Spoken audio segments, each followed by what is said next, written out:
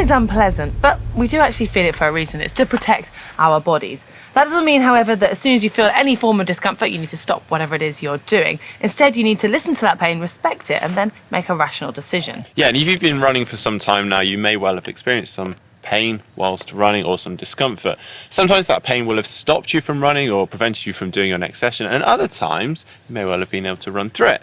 So understanding good pain and bad pain does take a little bit of experience. Also learning from the advice of professionals and also understanding how your body works.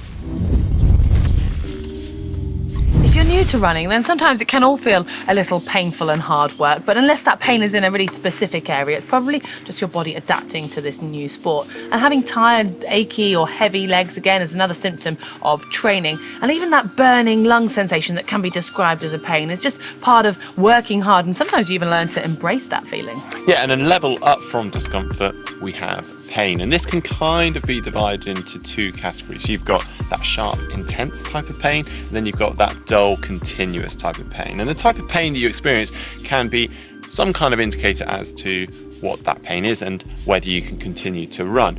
Some are quite obvious. If it's so intense and it's so painful, well, you're probably going to struggle to walk on it, let alone run. So running's not going to happen, but it's that pain that's in the middle that's really hard to gauge. Well, we're not pretending to be experts in this field, and we certainly don't know your body, so this video is very much a guide. But to get us started and on the right track, we're going to go and speak to an expert in this field, physiotherapist Claire Weller.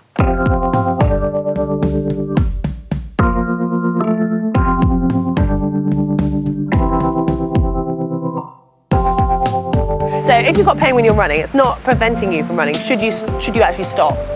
When you've got pain, it's a good idea to look at it in a grade from 0 to 10 and see if it changes while you're running, whether it disappears. So we often look at it as mild pain, which is often 1 to 3.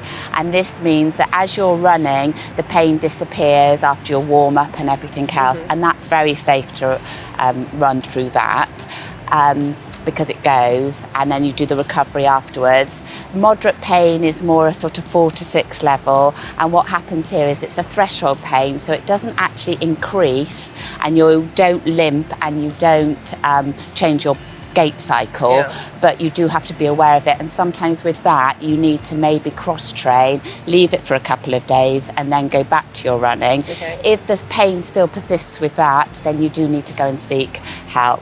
Severe pain, sharp pain that causes limping and changes to your biomechanics, then definitely you shouldn't be running through that and go and see a chartered sports physiotherapist. Okay, great, that's nice and clear. And how do you differentiate yourself as a runner between whether it's joint pain, whether it's bone pain, or whether it's muscle pain? How should we sort of learn to interpret that? Muscle pain and bone pain. Muscle pain is less intense than bone pain. It tends to be more when you've pulled the muscle. It's more superficial. It hurts when you contract the muscle, and there can be swelling around the area. Bone pain is more of a deep, sharper pain. It can then go on to being into a dull ache, which often happens with stress fractures and can lead to night pain.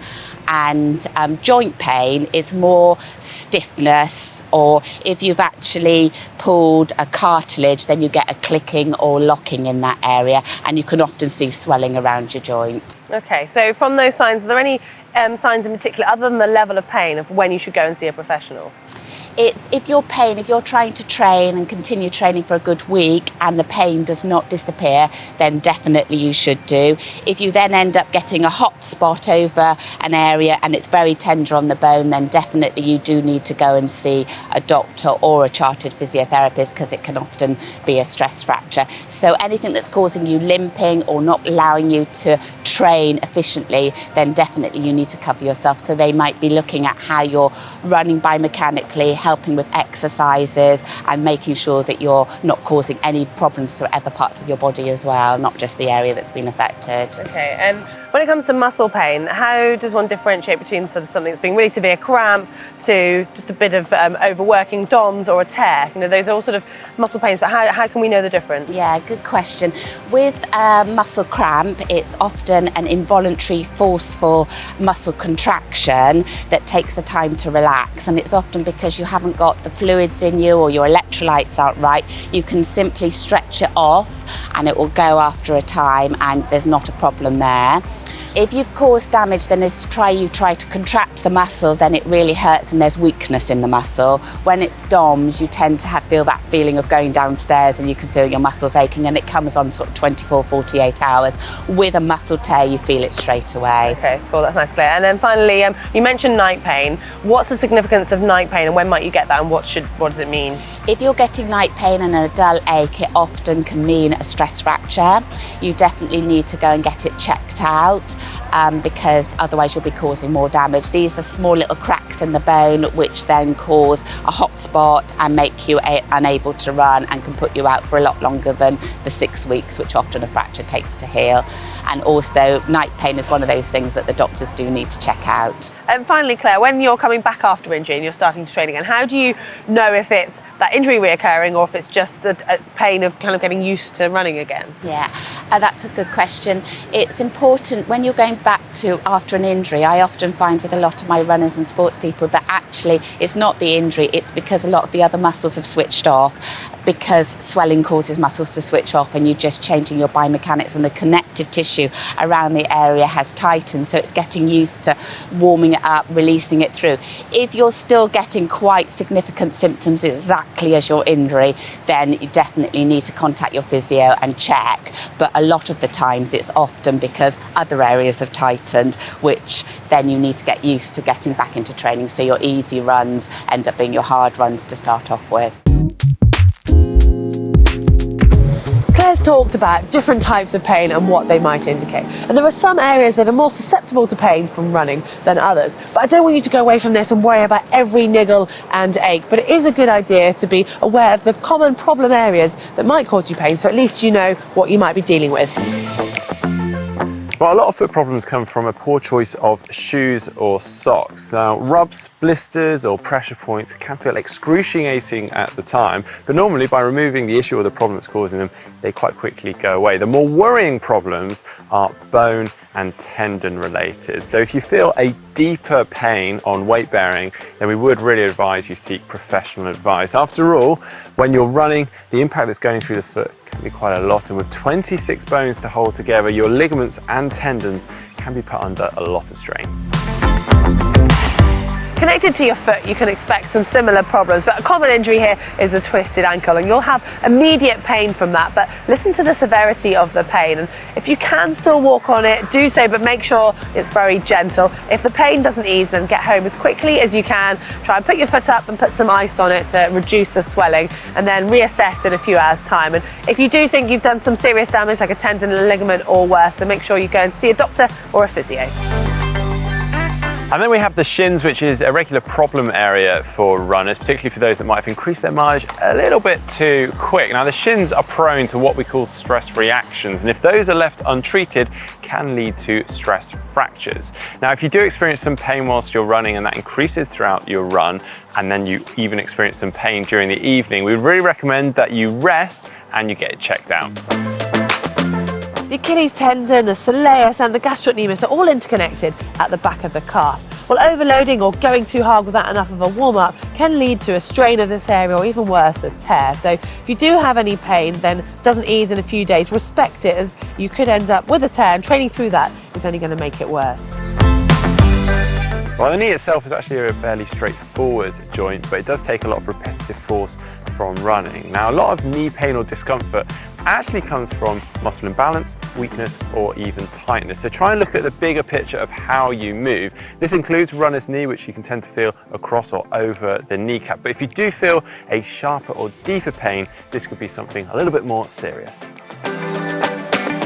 Your thigh muscles are pretty large and therefore generate a lot of force on every stride of running. As a result, it does mean you need to do a thorough warm-up, especially if you've got a speed session planned. Well, it's important you understand the difference between pain that you might have the day after doing a tough session in the gym and then something more severe. Now, muscle pain usually responds well to some gentle movement. If you've been unfortunate enough to fall off your bike and maybe have a hematoma on your muscle, yes, that's unsightly and it's probably going to be pretty sore to touch, but doing some very gentle movement through that area is going to help to break that hematoma down by increasing the circulation to the area. Whilst injuries around the hip do have a tendency to take a little bit longer to heal themselves, weak glutes or tight hip flexors contribute to this. If it's a sharp sensation or a catching feeling, then we would often recommend seeking some professional advice on this. If it's a dull or deeper aching sensation, this could be a sign of a stress fracture, which hips can be prone to due to overloading.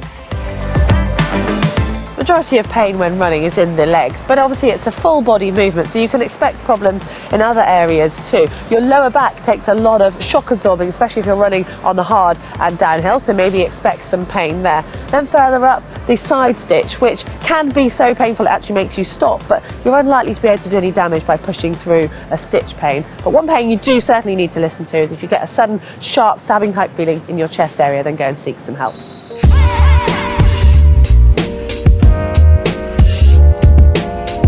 But once you're happy that the pain is of the mild variety and you're confident that by continuing to run you're not going to be causing any further or harmful damage, then there are a few changes you can make that will potentially ease it. Yeah, something as simple as if it feels like it's a bit of tightness, then just stop and have a mild stretch and run again and see how it reacts to that. And if it does react well, do a little bit more stretching. And then even just changing up the actual terrain you're running on can make a real difference as it's starting to challenge your joints and your muscles in a different way. So simple as going from road to grass could even make a difference. And then look at the actual incline or decline, because sometimes if you're running uphill, it might be more painful than downhill and vice versa. And if you do discover a way that's more comfortable, you can maybe even go and find a treadmill and then stick it on the right gradient for you.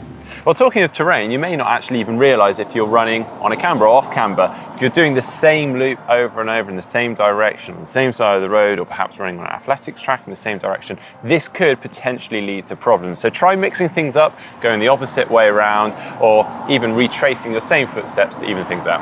And then if you're in a race and you've got some pain, but it's not so bad that you actually need to stop, there's not that much you can do, but you can actually mix your cadence up a little bit, so try increasing that, which can sometimes help. Or if you have to, then just back off the pace.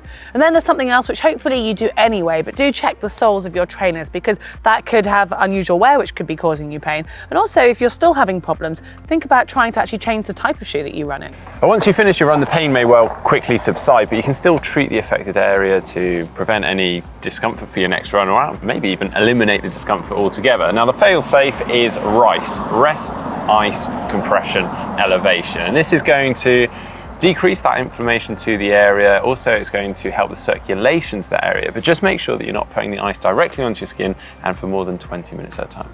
Yeah, and as we mentioned at the start, pain is there for a reason. So please don't ignore it, even if you can run through it. Just listen to your body, and if it persists, then it's probably a good idea to go and see a physio and a doctor. And remember that the sooner you address a problem, then you're more likely to be back running pain-free all that bit quicker. Yeah, and if you have enjoyed today's video, please do hit that thumbs up button. If you'd like to see more from GTN, just click on the globe and subscribe to the channel. And if you'd like to see our Are You Ironman Ready video, you can see that by clicking just down here. And if you want to know a little bit more about how the actual run stride or the run foot stroke is broken down, there's a video on that just here.